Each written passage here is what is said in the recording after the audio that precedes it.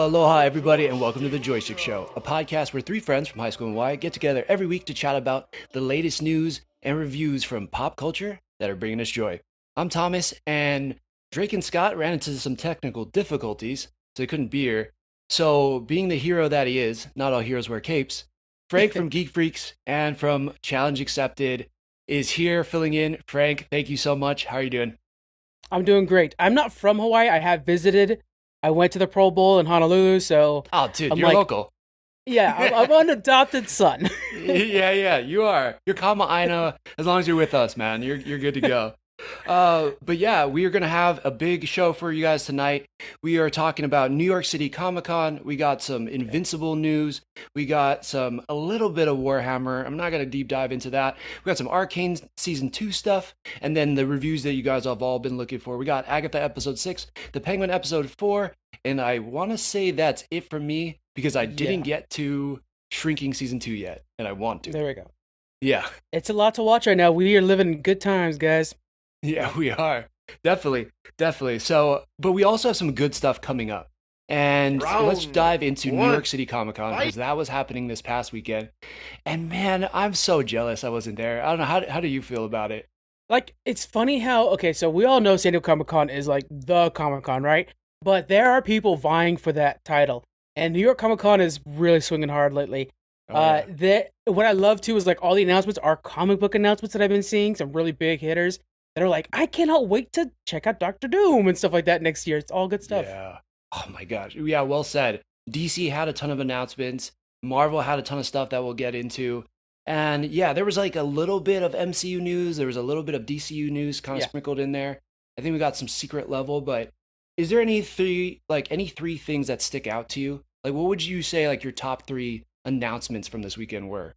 All right, let's break that down. So we have, let's go with World Emperor Doctor Doom. And I was telling my buddy about this. I'm like, anytime Doctor Doom I see him in the UN, I am buying that comic book. Yeah. And right away, like, here's the cover art. It's him yelling at the other nations. And the tagline on this is like, some of the other nations, some of the other heroes are like, is it so bad that he runs the world? Yes, that's cool. That gives you Civil War vibes, right? Where it's like there's a yes and no on that. So, and he has after the events of the recent, he has the Sorcerer Supreme title he took away from Doctor Strange, so he's even more powerful right now. And yeah, that's gonna be good stuff. Damn, man, you sold me on that. I saw the cover of it, but I didn't deep dive into it, and it just looks so awesome. Like they even had another painting up of Doom on like a dinosaur. Like the Dino course, Doom. Yeah. Dude, it just looks so badass. And Doom is obviously one of the greatest villains. So, man, you totally sold me on that. On the comic front, for me, I think Ultimate Wolverine. Just the way he looks, right? Yes. We got CB Sapolsky, or I think that's how you say it, or Kapolsky. I've never know how to say that, but he's been running the X-Men line forever, since like the Krakoan era. And then a new writer to the series, Chris Condon. I think he did the Venom Wars kind of run. But a part of this, we were getting like Ultimate Spider-Man, Ultimate Black Panther, Ultimate X-Men, and then the Wolverine. But let's talk about the Wolverine. What was your take on there's one of the covers where it's him walking through the snow, and you see like the like steam coming off. I'm like, here's all my money. I need that. I need that poster. That's amazing, right. Dude. Yeah, it's also funny. Like, this is just a thought I just had because I was like, man, he looks so badass, like fully an assassin. Yeah. And I think that has something to do with the storyline. They're kind of like, from what I understand, he's almost going to be like a Winter Soldier version. Like his memory is wiped, and then there's a certain council that's involved that's kind of brainwashed him, which they also kind of did in the Krakoa era too. But him just being like a silent assassin, like a Terminator, is so badass. But the other thing is, I like how he's black and red. He kind of gives me almost like Deadpool vibes, but like more ninja-y. I can see that. Yeah. Yes. This looks so cool. Yeah, he actually, now that you mentioned the ninja-y thing, it also reminds me of when he goes to Japan. There's kind of the sleek lines that we like from that kind of a thinner, faster Wolverine, and instead of the sometimes bulkier punch through a tree Wolverine. Yeah, you're right. Like tankier one. You're right. This Wolverine fast and silent is like the scariest thing in the world. So good. You already imagine that jump where he's got his like claws ready to go. I know, but just imagine down on top of your head. No words. You just can't say anything. This is going to be cool. I'm super on board with this. And this looks like it's coming out in January. I'm not sure for the rest of the comics, but it's interesting. They also said the maker. And if I'm not mistaken, the maker is an alternate version of the Reed Richards. So that's another thing where I'm like, Okay. ooh, how are they tying this in? But yeah, I like the Ultimate series. I've got to dive into it more. I don't know it, but like the premise being that if this was a modern day restart of the entire universe, this is hmm how it would look. And I really dig that idea. So I probably have to jump into this beginning next year. I know that there's a lot of fans of the Ultimate Spider-Man that's going on right now, where it's kind of a Family Man version of Peter Parker. I do need to jump into it as well. It is hard because there's so many comic books, and I'm kind of in the world of indie comics right now, just trying to keep up on all those. Totally. It's tough out there, folks. But over on DC, they have their answer to the Ultimate, and it's the Absolute line that they're doing right now. Ooh, Uh, yeah. the pitch on that is, what if why can't Dead? No, what is it? Oh my God, why can't I think of his name? I'm so sorry. I only know the I Dead only Side? know the Bruce Wayne of it all and like that absolute Right, Batman story. That's like the only thing I'm familiar with right now because he right. looks talk about a tank. That guy looks like the Oh, Juggernaut, but seven as feet Batman. tall in suit. Yeah. So his whole thing is like, Oh, what if Batman wasn't rich? yeah, Superman's thing is, what if he was raised on Krypton? And so his justice version isn't necessarily because I'm an American boy guy. It's like, I can right. never let Krypton happen again to another planet. And then for Wonder Woman, it's, Oh, what that's if she was cool. raised in hell and not on Themyscira? So she's Damn, she's brutal battle then. princess all the way through. Yeah. We got Wow, 3 new titles though announced for the Absolute line. We have Manhunter, Martian Manhunter, which is a Martian now kind of like that's your embodies boy, right? somebody. What's that? That's your boy, right? Martian He Manhunter is like he your is. I dude. don't care for that version. I'm Oh, like okay, one of the okay, only people that's less excited about that. I love okay, me some fair. Flash, and the new Absolute Flash Ooh. looks insanely good. That looks so Yeah. good. I know it Yeah, kind of has like a anime-ish look to me. it does, right? Yeah, but like the Speed Force kind of looks different too, which I really dig. hmm Yeah, just like extra details in the art and everything. I'm excited to read The Flash. That looks really freaking cool. It looks good. I love how you could tell, like, one of the things that's going on with this version of Flash is they're leaning into the Speed Force because he's not able to keep his corporeal form very well while he's in it, and that is like some very deep kind of Flash story right there, where he becomes part of the Speed Force, he gets lost in or something like that. You can tell they're starting with that kind Uh, of level of Flash. That's always fun. And then we also have a new Green Lantern too. And really? so it's, Ooh, yeah. baby. And this Green Lantern did the Urban Batman stuff. Or I'm sorry, the artist for this one did the Urban Batman line. Nice. That's Janoid Lindsay, and fantastic work. So it's gonna be good Sweet. times at DC.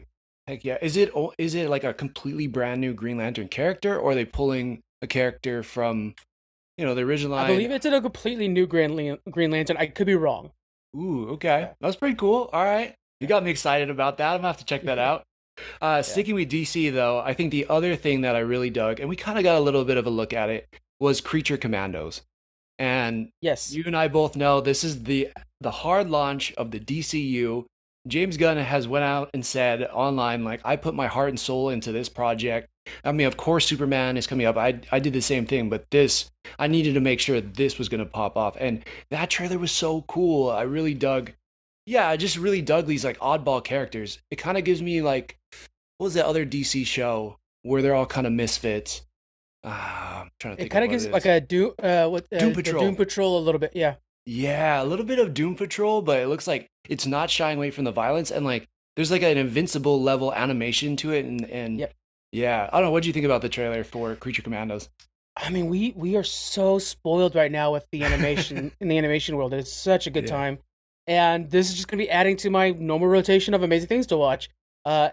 It, we know that I mean, James Gunn is really great at that found family misfit storylines, right? We got Guardians of the Galaxy. We've seen it with Suicide Squad, Creature Yeah. Commando, sure.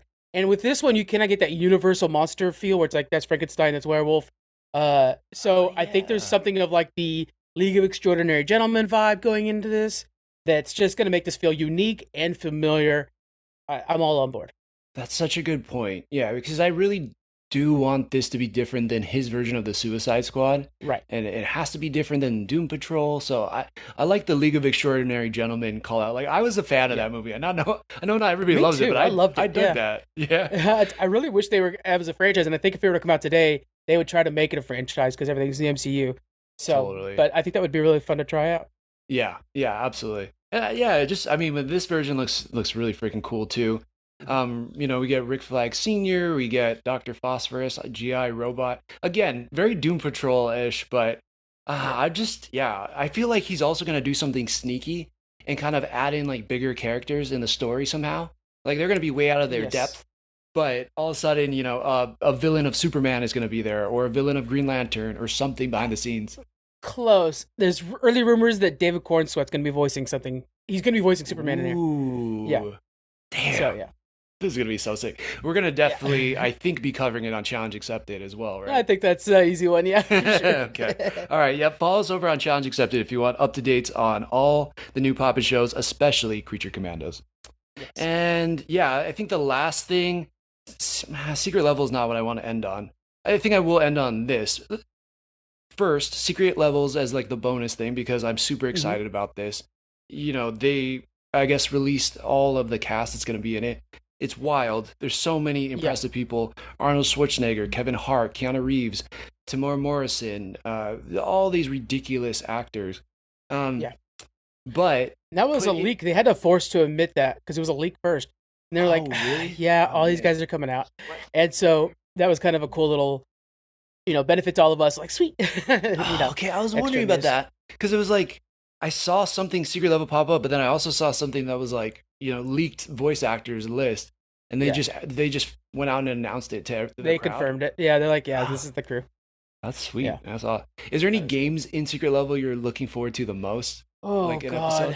What's nice is it's such a wide array of games that there is no one particular one. I think there's a God of War mentioned in there. I think that's probably... And I was just telling somebody today, actually, I think it was my mom, because she was like, I can't believe this is based on a video game. And I'm like, there's some really good stories. And I was explaining how good the God of War story is, his father's son. And so I think there's going to be a little hint to that, which would be nice. Sweet. That's going to be amazing. Yeah, I think Ghost of Tsushima's in there. Ninja Gaiden maybe too. Like, there was like a Pac-Man thing too. So I think they could probably do a pretty cool story. Yeah. But and then the last thing for me, because I'm very curious how this is going to go, but no. I'm just going to mention this too. This isn't it either. This isn't the top 3. I will say, what did you think about Kraven? Because Aaron Taylor Johnson came out on stage looking jacked. I don't have any faith in this movie, do you? I couldn't care less about this movie. Yeah. Get ready for us to be hyped about it on Challenge Accepted, though, guys. We're going to probably talk about it because we got to give it a shot, right? I mean, like, this is kind of it feels like, doesn't it feel like this is like Sony's last chance? It's even last chance to like, shoot, we already made it. Yeah. I know. Yeah. The director came out and said, though, like, yes, there's Rhino in there, but there's going to be more characters that we're pulling in. I don't know if that's just one of those things where we're getting, like, an Uncle Ben who's way younger, and then, like, a Peter's mom who never says Peter. I don't know if it's one of those things, or if we're actually getting, like, a bunch of different characters from Spider-Man in it. Well, the fact that he has to say, like, guys, we promise there's more people than just Rhino, is because people are already bashing this thing from the trailer that showed Rhino. And it's like, that might be a Spider-Man villain we just stopped trying to make, because clearly it never works. And let's get Kraven done. Let's get Venom 3 out of the way. They're already talking about making like a null universe. Don't do that. Just move forward after this. Yeah, wait till Tom Holland says yes to Spider-Man 4 and then start telling me about your plans. If he's not in it. On that, he got the script for Spider-Man 4. He says he likes a lot of it, that there's some things to tweak, and things to work on, but him and Zendaya both really liked it, like the core of it. So I was like, oh, that's good. Yeah, that was really good. And he talked about it on Rich Roll's podcast and stuff. And I'm like halfway through it, but man, is it incredible. Like, he talks about the year he took off from acting after No Way Home, and then going from just doing stage acting to then all of a sudden being with Robert Downey Jr. The kid's lived an incredible life, but he's just so grounded and smart. And I know he's going to want to do right by everybody and like the characters for Spider-Man 4. So I'm just happy he's so stoked to continue doing it.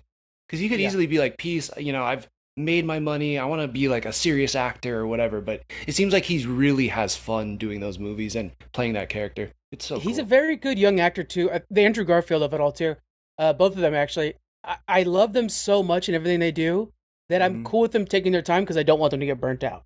Yeah. So, that being said, this is one of those things where I mentioned it on Challenge Accepted and you're always like, what? So just preemptive that I've never seen Amazing Spider-Man.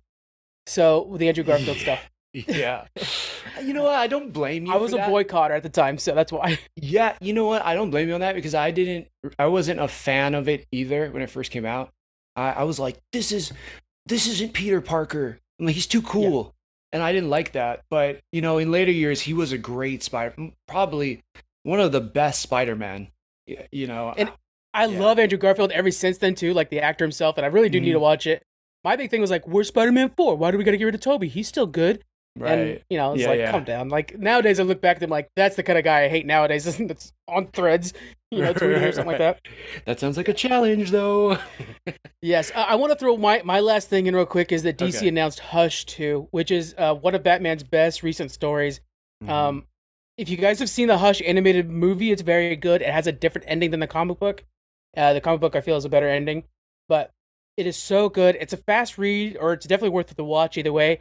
And the Hmm. fact that we're bringing Hush 2 in is good. And a lot of people are saying the Batman, Matt Reeves, the Batman sequel should be Hush. I definitely can see that happening. To me, Hush and Court of Owls is the best thing out of Batman in the last 20, and Bat Family out of the last 20 years. All right.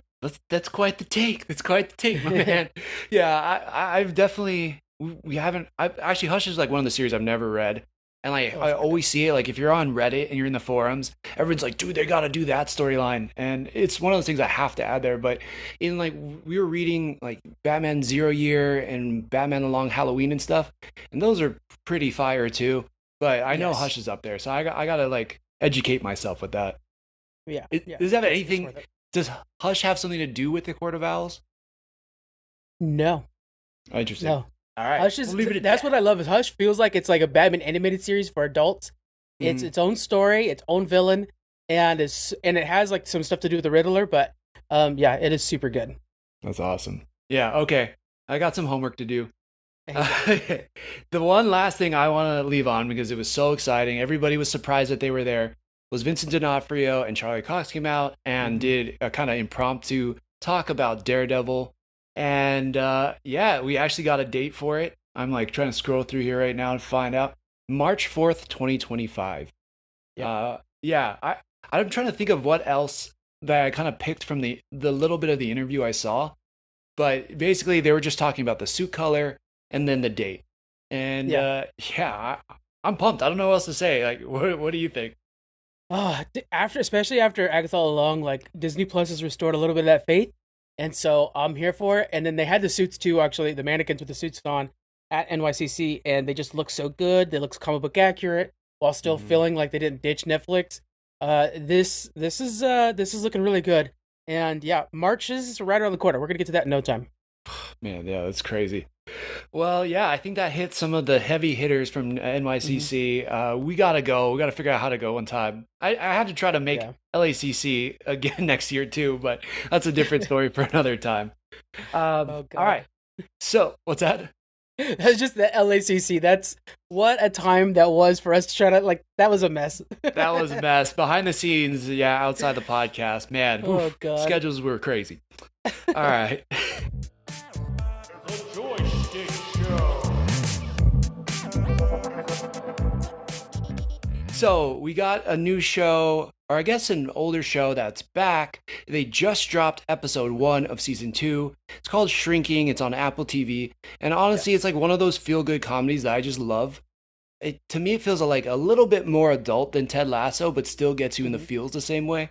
And even with one episode dropping, they have already renewed it for a season 3. I'm stoked because I'm in my rewatch right now. I haven't got to the first episode yet, but man, such a delightful show. I love it. Have you watched Shrinking? I have not. It is definitely on my to-do list. There's something about Apple TV where they're like, we'll just throw a lot of money out to buy the best actors and the best scripts. And will Hmm. we make any money from the show? Probably not. Doesn't matter. We just want the quality lineup, and this is one of those things too. Yeah. And hopefully it gets more attention because now Apple is working with Amazon to offer Apple TV through Amazon Prime. So hopefully more Hmm. people see Shrinking and Severance and things like that. Yeah. Yeah. I mean, it has Harrison Ford in there. And like, Yeah. honestly, Harrison Ford is the funniest part of the whole show for me. He gets the best lines. He's what you would imagine Harrison Ford is like, but as a therapist. Like Yeah. super grumpy, doesn't really like anybody, but is just full of wisdom. And that's who he is. And I just saw an interview because Jason Segel was on the Today Show. And they were like, oh, how So the cool. hell did you get Harrison Ford to come be on the show?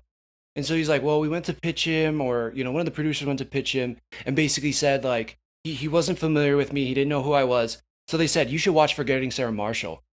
And so he's like, all right, okay, sure, whatever. So it turns out he goes to watch it. He texts the producer back. He goes, I'm in, period.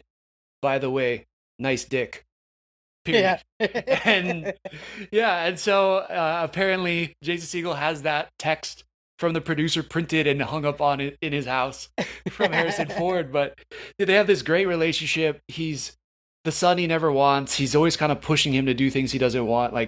But it's good for Harrison Ford, and Harrison Ford obviously is pushing him to be better, to be a better person, to get over his trauma and everything. But man, it's a great show. I'm digging it. You got to watch it. I definitely want to. One of the things, my apprehension, I think, stems from, because I love Siegel, but Harrison Ford, he's always grumpy, and I kind of hate to watch him and stuff nowadays, just because that old man version of him really starts to stick out. Like, I love 90s Harrison Ford when he was in all kinds of great movies and stuff like that, but then he got more and more grumpy, and then as you're older, too, you start to see those interviews, those early interviews of him talking about Star Wars, where he was negative Nancy. Right. And so you kind of get that kind of mindset for him, so... Yeah, I need to watch it, but I am kind of like, all right, Harrison, just retire. Yeah. No, I will say, like, the first time I watched it, like, the first couple episodes, I was like, man, he's such a dick. But then as it went on, and then now, after you see where he starts and where he ends up, you're like, okay, this is cool. Like, I appreciate this. And now the second time I'm rewatching it all the way through, it's just like, he's so funny. You're like, if you were just a fly on the wall to watch him say these things to these people, you would crack up. It's just your angry grandpa who's still so quick-witted. Oh man, it's perfect for him. It's perfect for him. And they allow people to also like give it back to him, where he's not just dishing it out. He has to take some of it. It's awesome. That's cool.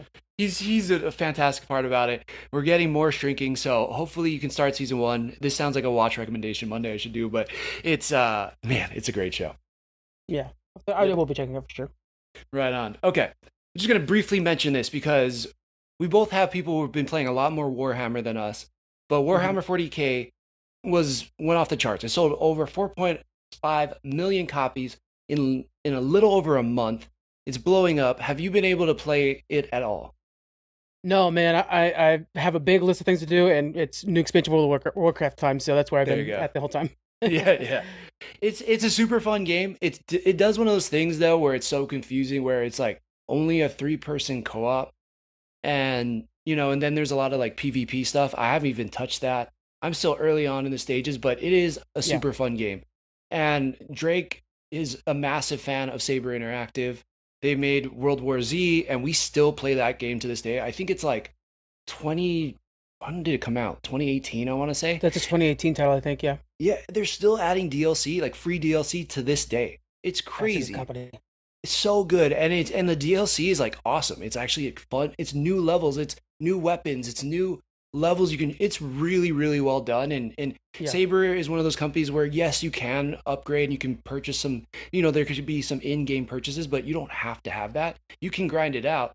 But it is just like really well done. And I think this game, they took a lot of what they learned in World War Z and they brought it to this. And it just really works. And especially works in like the World of Warhammer universe. Like that universe is so in-depth and so expansive. It's like, some people's thing is just Lord of the Rings and they know everything about Middle Earth. It's like, I'm now exploring all these different YouTube channels that are just Warhammer based. And the lore is insane. Like I can't believe it. Yeah. My impressions from it, we've had people like over on Geek Freaks talk about it and stuff like that, and a lot of it is this kind of, it's a simplified game in a good way, where nowadays we're in a world where everybody's trying to add DLCs and all kinds of fluff and season passes. Doesn't have that. Right. I have heard the word Xbox 360 game, as in it has a multiplayer, a single player, done. And that's so refreshing in today's gaming world, where you feel like you don't actually own any one particular game completely because it's not finished until they release more things that you have to pay for.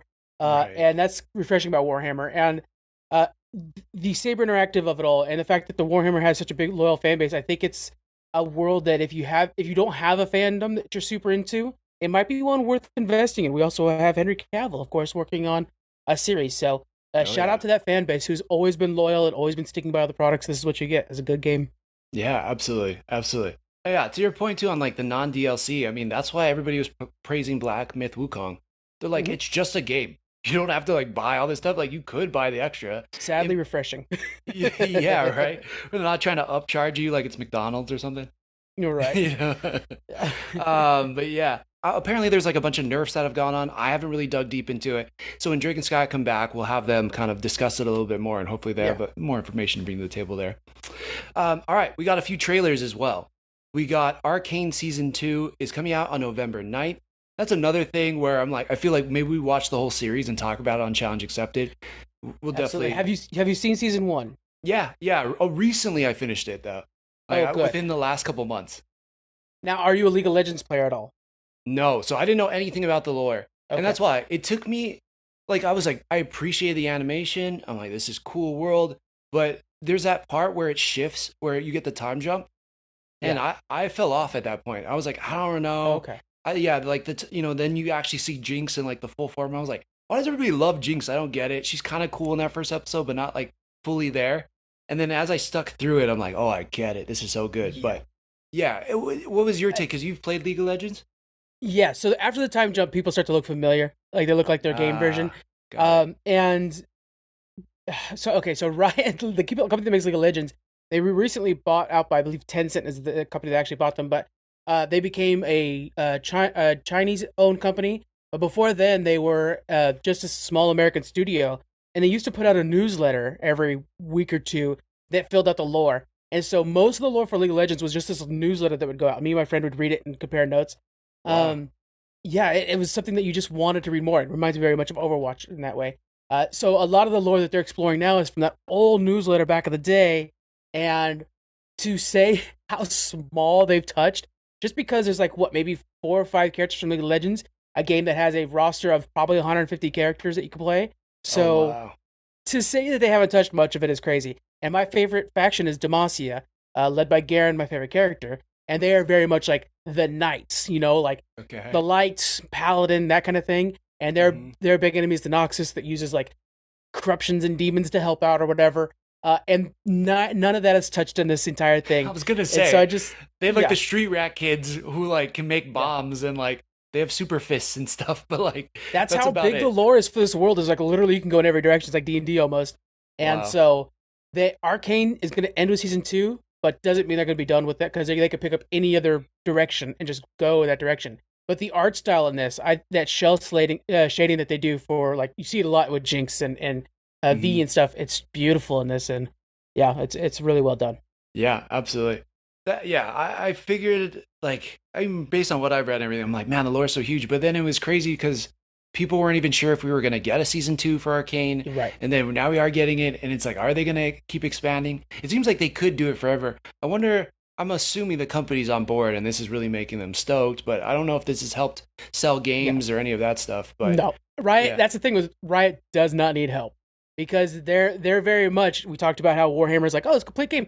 They're the opposite. They're very much on the Fortnite thing where it's just like, hey, and boy, when we were in it, I couldn't tell you how much money I spent on League of Legends. Like they would come out with a new character every month, and then bank account, bank account. Yeah, exactly. They come out with a new character every month, and then they had this thing like you could buy skins for them, but they had this bundle like when a new character came out, like you could also buy its first 2 skins too for $20, easy $20 every month to that company. Yeah, I mean for years doing that. Yeah. So they get you. Man, yeah. We talk about like in-game purchases. There you go, and like that's a masterclass of how to do it. But yeah, it hasn't really made me want to go out and play League of Legends either, but I really liked what they did with the characters. Obviously, the voice acting cast was stellar too. You have Haley Steinfeld in there. You have Ella Purnell from Fallout. It's like just insane. And then the Imagine Dragons song, right? Like you couldn't go anywhere. I feel like when it first came out and not hear that "Wake Up to a Sound," dun, dun, dun, dun, dun, and like it was going on everywhere. So and it's a well-written script too, where like you really do not. Honestly, there's no story in the game of League of Legends. It's all on the outside, like, again, Overwatch, where you have to actually look for the story outside of the game itself. So there are people who are like, oh, I recognize, because, like, everybody has mains, like, if you're, like, a kid and you pick your favorites and your brothers pick your favorits. Still do that. Jinx is one of mine. Leonardo. Yeah. Caitlyn and Jinx are my 2 ADC mains. So both of them are in this show, which is crazy good luck. And so it's fun to see them, and they're on opposite sides of the law. But that's kind of the only tie really to the video game is that you're like, oh, there's my character, doing the story that if I looked into, I could find it, but otherwise you wouldn't know it's there. Right. Man, well done. Well done, Arcane. Yeah, cool show. If you haven't checked it out, check it out before November 9th so you can get ready for season 2 because it's really freaking awesome. Totally. All right. Last time, we already mentioned this show in referencing some of the other things. This is complete adult animation. The first season, I was like, holy shit, they're going there. This is so freaking violent, which is Invincible. We're getting season 3, and I think they dropped the date for February 6th. That, and they did it in such a meta way that, you kind of get a meta thing in The Boys.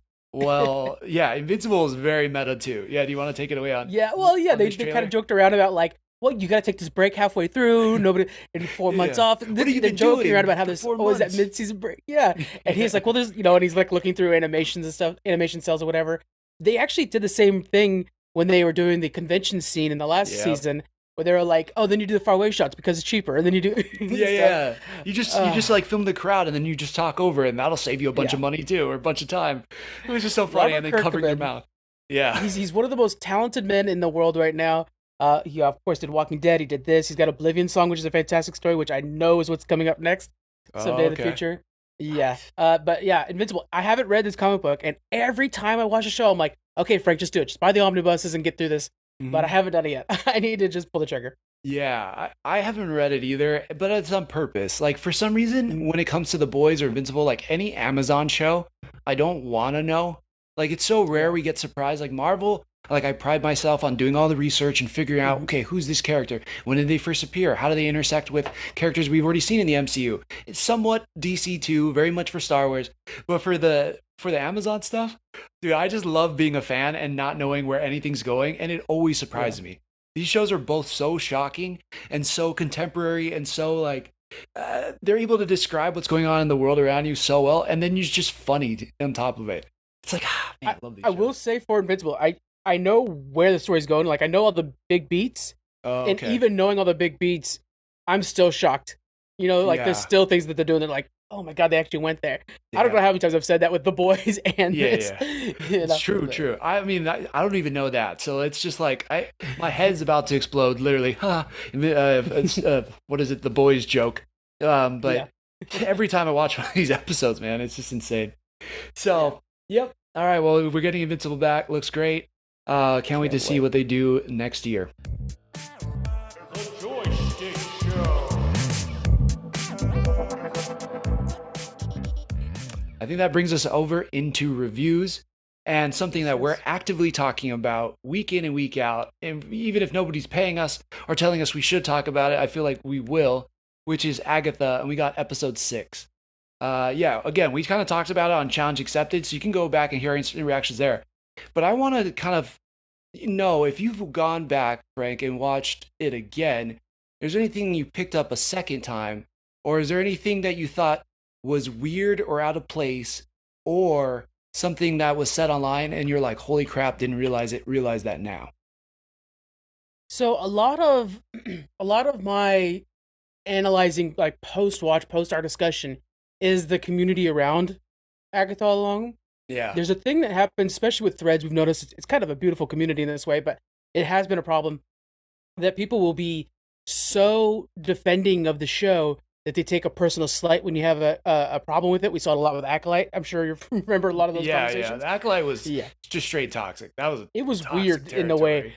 Yeah. And that show, I mean, we've discussed it a lot, was just not that great. But anyways, with this one, we're seeing that as well, but I think it's being backed up by people actually having an investment in, let's learn more about this. Let's learn more about Billy. Let's learn more about who Rio could be. And that is really nice. I think that the community behind this show is very similar to the X-Men 97 community, where there's a lot of speculation and discussion, and it's generally pretty positive. Of course, you have that random, you know what I'm saying?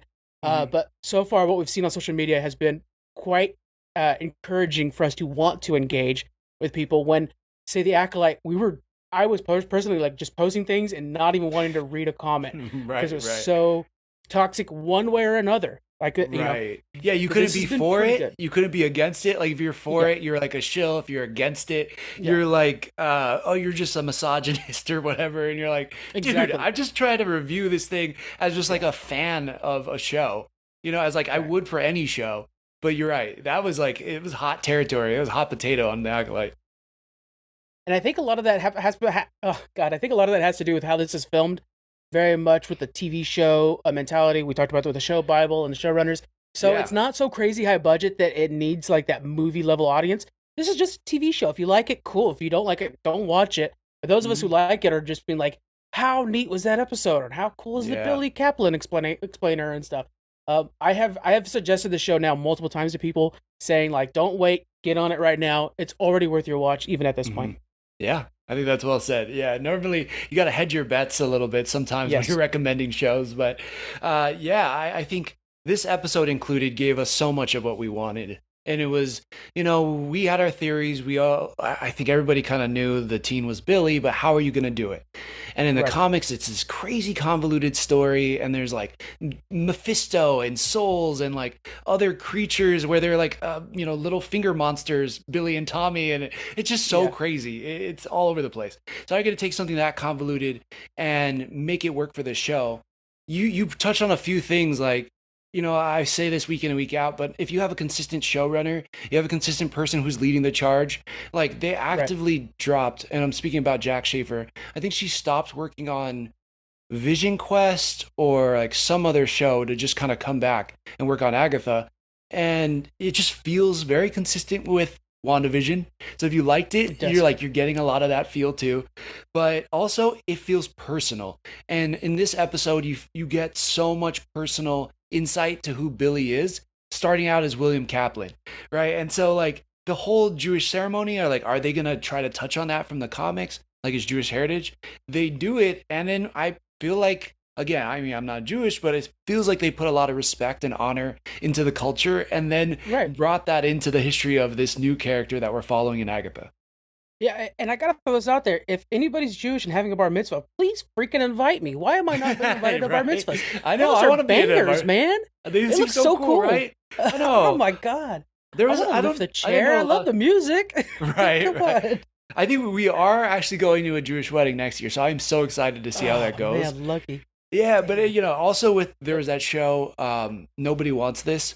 That was very much about like a rabbi falling in love with like a normal, I don't know, like a normal American heathen, Yeah. basically. She's terrible, but like, yeah, it was pretty good. So yes, Yeah. we gotta be invited to more Jewish ceremonies, weddings, whatever.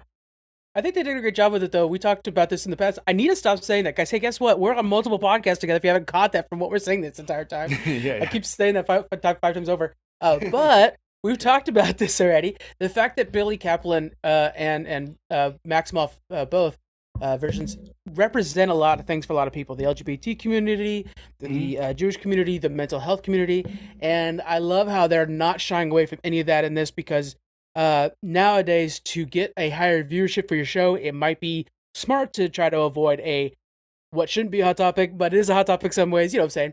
Right. And Oh yeah, they're for sure. going for it. We've already Election seen year. him. Right, there we go. We saw the Jewish ceremony. We saw the boyfriend. We've seen, and then even in this final thing, which is something I've thought about since our discussion about it, the fact that his powers didn't work goes back to one of the very big things about Wiccan, is that he has to be mentally focused and sound, and he has high anxiety. So sometimes that doesn't work out for him. But that's how he uses his powers. So that's something he's going to have to learn, is how to control his mental health issues. Oh, or, interesting.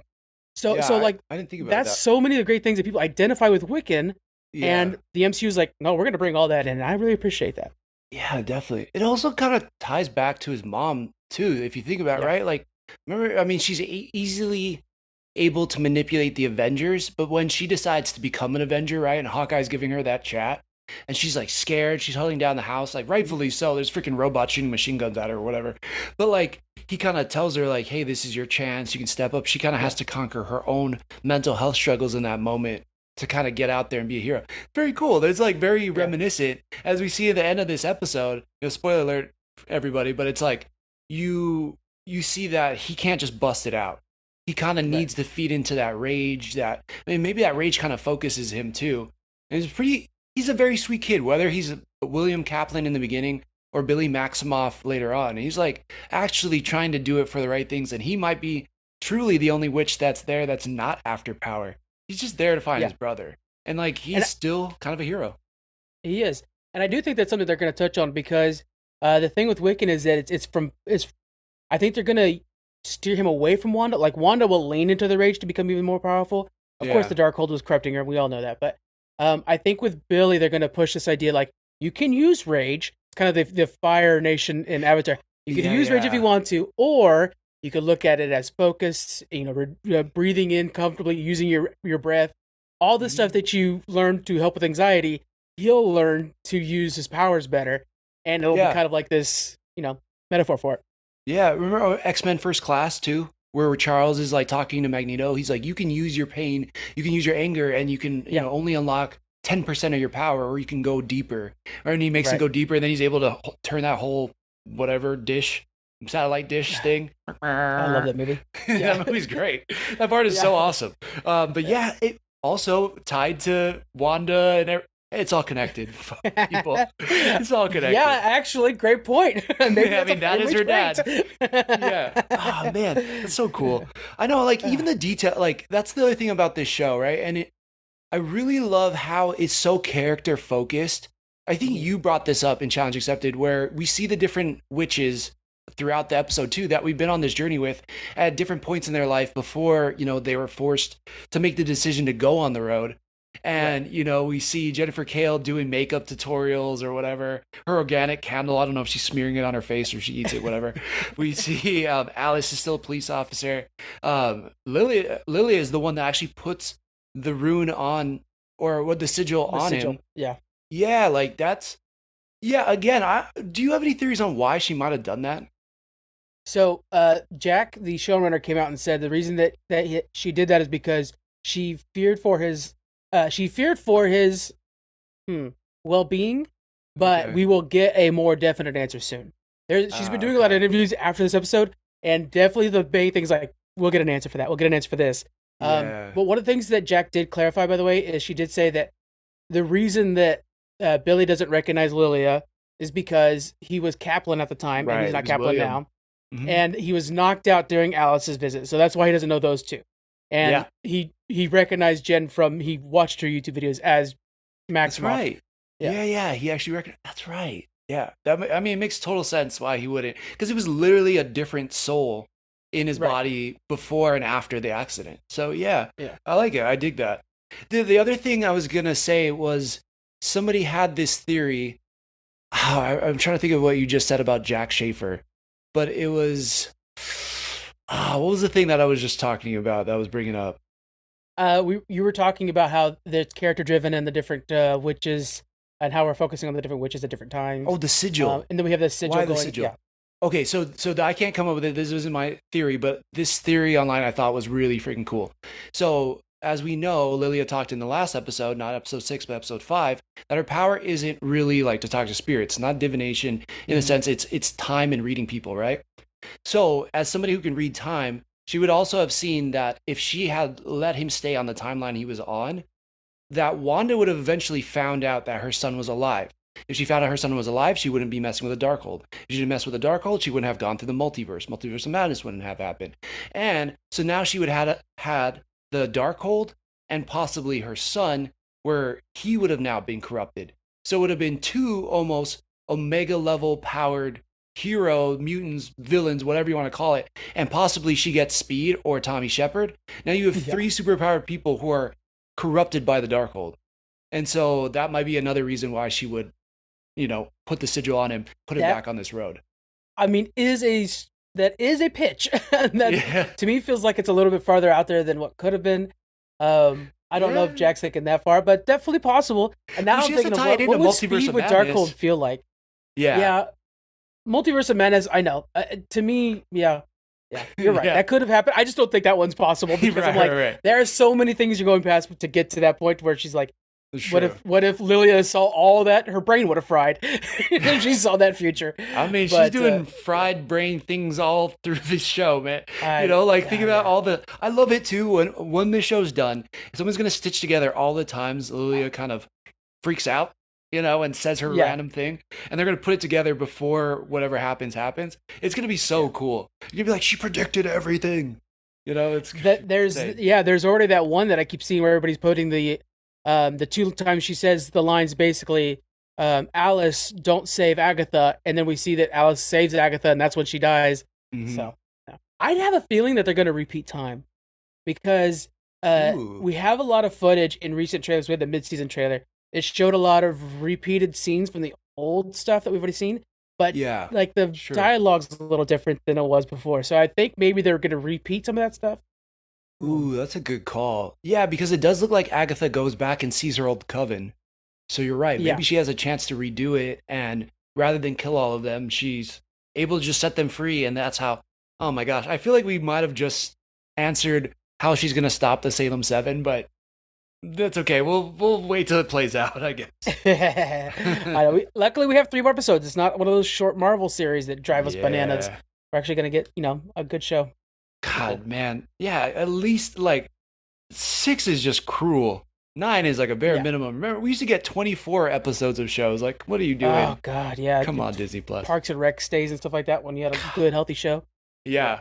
Also, I mean, every time I hear Parks and Rec, I think of this show because there's so many Parks and Rec alum attached to it. So, man, imagine Amy Poehler pops up somewhere, or Adam Scott, or Ron Swanson. Oh, God, there we go. There's a question for social media. Is what character would Amy Poehler play on The Witch's Road?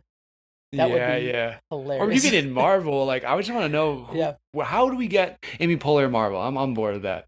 I'm kind of thinking, I know this is Wizard of Oz, but she would be like the Good Witch, like Gwendola, kind of like Good Witch in a bubble kind of thing. That's what I'm picturing her as. Yeah, I can see that. Definitely, just her bubbly and positive personality.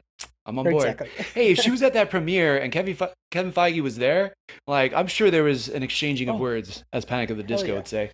And she's already in the Disney family. She's in Inside Out, so she's already well familiar with, Bob Iger and whatnot. Damn, come on, let's go. Let's get her in somewhere. Let's get some fan casting, guys. Get over on Joystick social media. Start, poking around. Let's go. Let's see. All right. Anything else in this episode that we should call out before we dig out? It's a delight. I think at this point now, Agatha is no longer pretending. I think she's fully all right, let's get to business. Me and Billy are going to go get our power.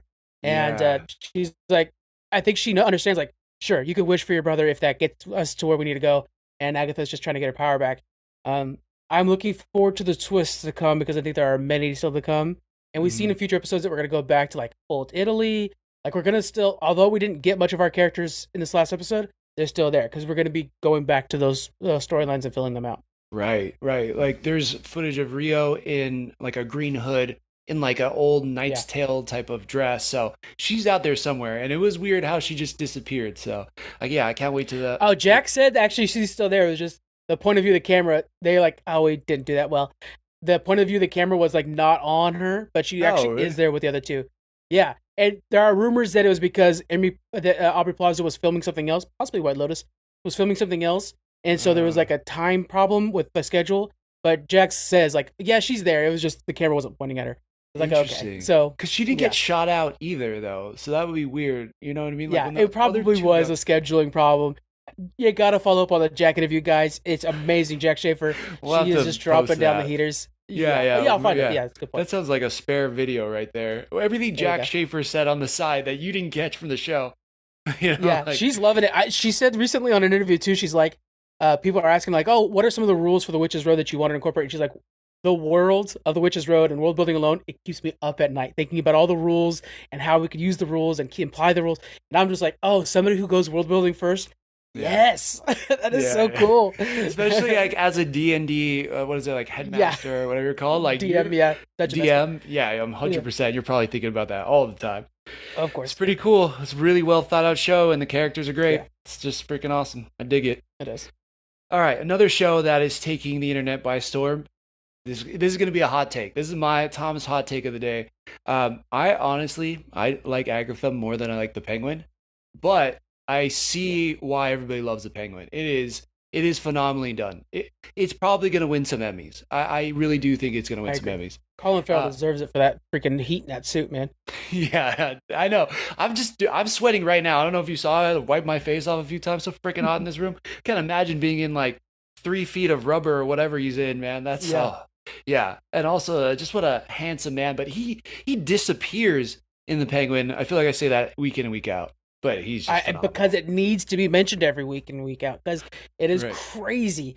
I mean, you're like, oh, that's right, it's Colin Farrell. Like while I'm Yeah, watching it right. every time, like, oh, that's right. Totally. He did a interview with Ollie Plum. He was like the BBC guy. Ollie Plum, like the best, one of the best like movie TV interviewers in the world. But he got him to like say something as Oz out of the costume, and I'm like, Yeah. whoa! My brain broke. I'm like, I can't piece together this voice that you're making of Oz and then your Yeah. beautiful face. Like it's just not connecting. So it was Yeah. so weird, but yeah, he does deserve it. The interesting thing about this one, and again, spoiler alerts for this, but I think Frank, you said it's okay if I kind of spoil a little bit. I'm gonna try my best Yeah, not go to for it. Go spoil for it. too much for I'm you on well this aware episode. what's going on. I just haven't actually sat down and watched it, but Dude, this episode in particular like blew the internet up a little bit. Yeah. it has a damn near perfect rating on, I think it was Yeah. like a 9.8 or 9.7 on IMDb, and Mhm. so everybody was like, then there was a list of like the top rated episodes ever. One was like, I think the top rated episode ever is like Breaking Bad, and then there was some Yeah. Sopranos in there, and then there was some, Couple Game of yeah, Thrones probably. oh yeah, one of Game of Thrones in there. Yeah. But this show's up there, and actually one episode of Bluey too. So I don't know. It makes me feel like I gotta I go know watch which one Bluey. it is too. Actually, Bluey can get you. Really? It's gonna break my heart. I'm like babysitting my nephew. I'm like, I'm not crying. That show's Like, kind of Uncle's got insane, actually. allergies. My Yeah. allergies are getting me, dude. Okay, yeah. So it's in that running, Future right? challenge. Yeah, dude. Yeah. Oh man, that'd be great. But this episode actually focuses mainly on Sophia, and Right. it's her story, right? Like we've kind of talked about it before, but she has the same name as the character that everybody's been calling her all season, the Hangman, which was a very big character from the comics who actually was going around and like hanging people, and it turns out it was her. This story kind of flips it on its head. It says, okay, what if she was blamed for all of it? And the whole time through the series, you do think it could be her, Mhm. but it kind of shows that she found out something about her dad. Her dad didn't like it and basically framed her and put her through absolute hell in Arkham. And Yeah. Kristen Milioti just absolutely demolishes this role. It's dark. This is a very dark episode. It's insane to me how good Kristen is at this because again, for a lot of us, it's How You Met Your Mother. That's where we know her from. Is Ted Yeah, yeah, Mosby's future wife, and when she got picked for like, oh, she's gonna be joining Gotham. Like, oh, okay, she's gonna be some side character, whatever. No, she owns that screen whenever she's on it. She's possibly the only one that's really like meeting Colin Farrell on the same stage. It's impressive. She's very good. yeah. And in this episode especially, because you see Yeah. somebody who thinks that they're doing everything right, they're doing everything their dad wants. Who he's promising her the world. Next thing you know, she kind of gets backstabbed, and everything she has to go through in Arkham.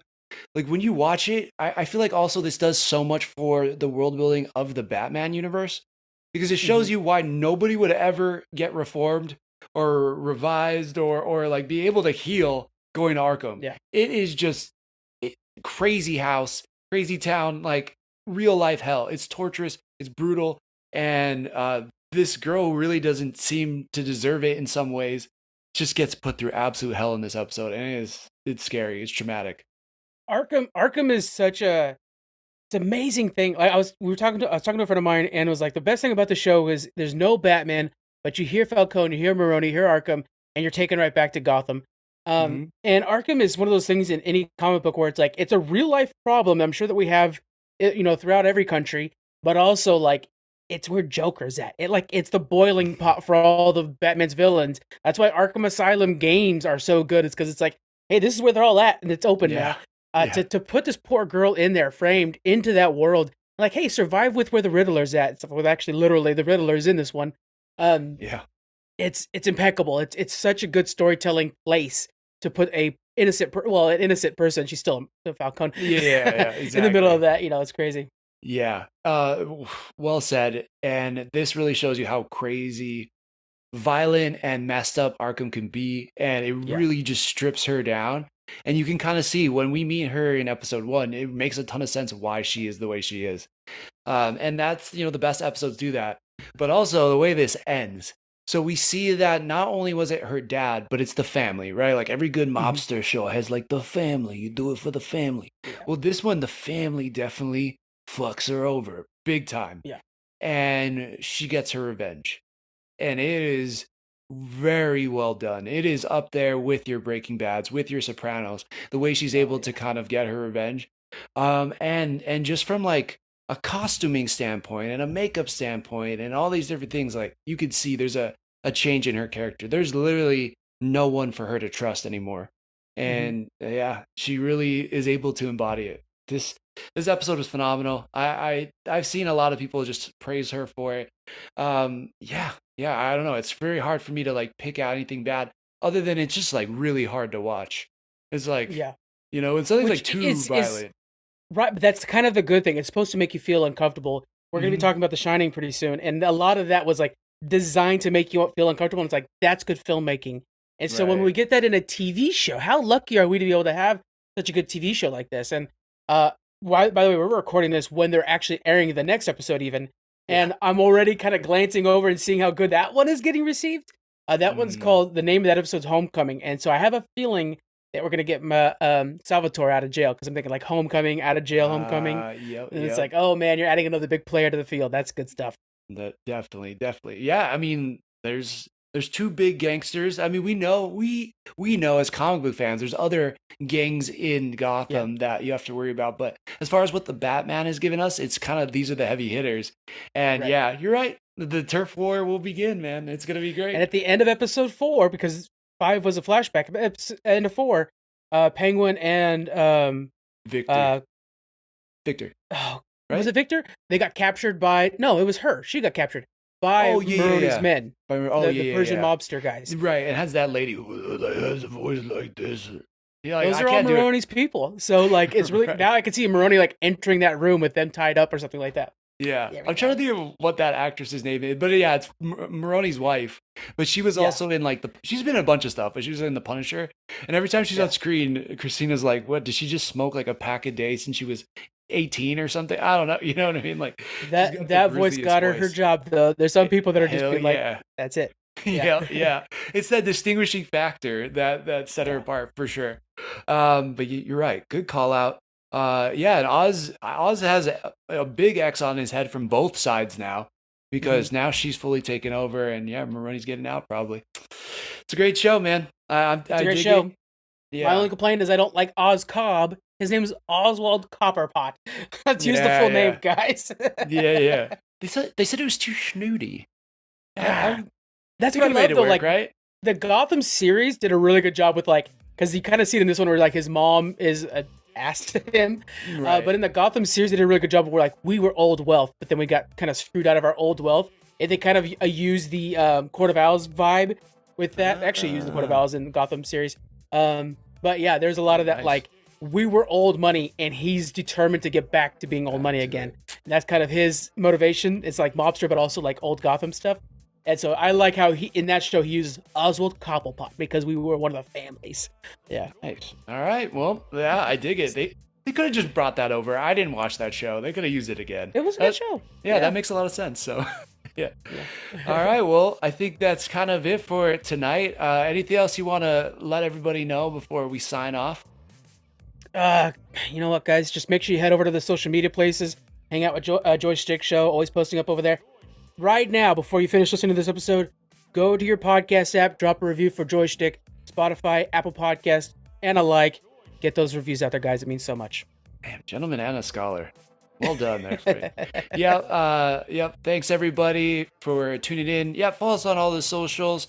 Leave the review. Drop some hate speech into Drake and Scott's thing for not being able to record this last episode. Can't wait to chat with you all and tell us what you think about these episodes. So and then come join us on Challenge Accepted. We're having a lot of fun today. Yeah. All right, everybody. Mahalo for sticking it with us. The Joystick Show.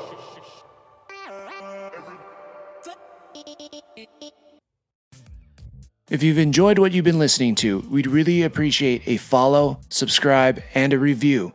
Just how we like chatting with our friends, please share this with yours. Feel free to join the squad and follow us at JoyStickShow Joystick Show on Twitter and Instagram, or anywhere you listen to podcasts. And if you feel like submitting topics or questions to be discussed on future episodes, you can email us at joystick.show@gmail.com. As always, thank you, peace out, and make it a great rest of your week.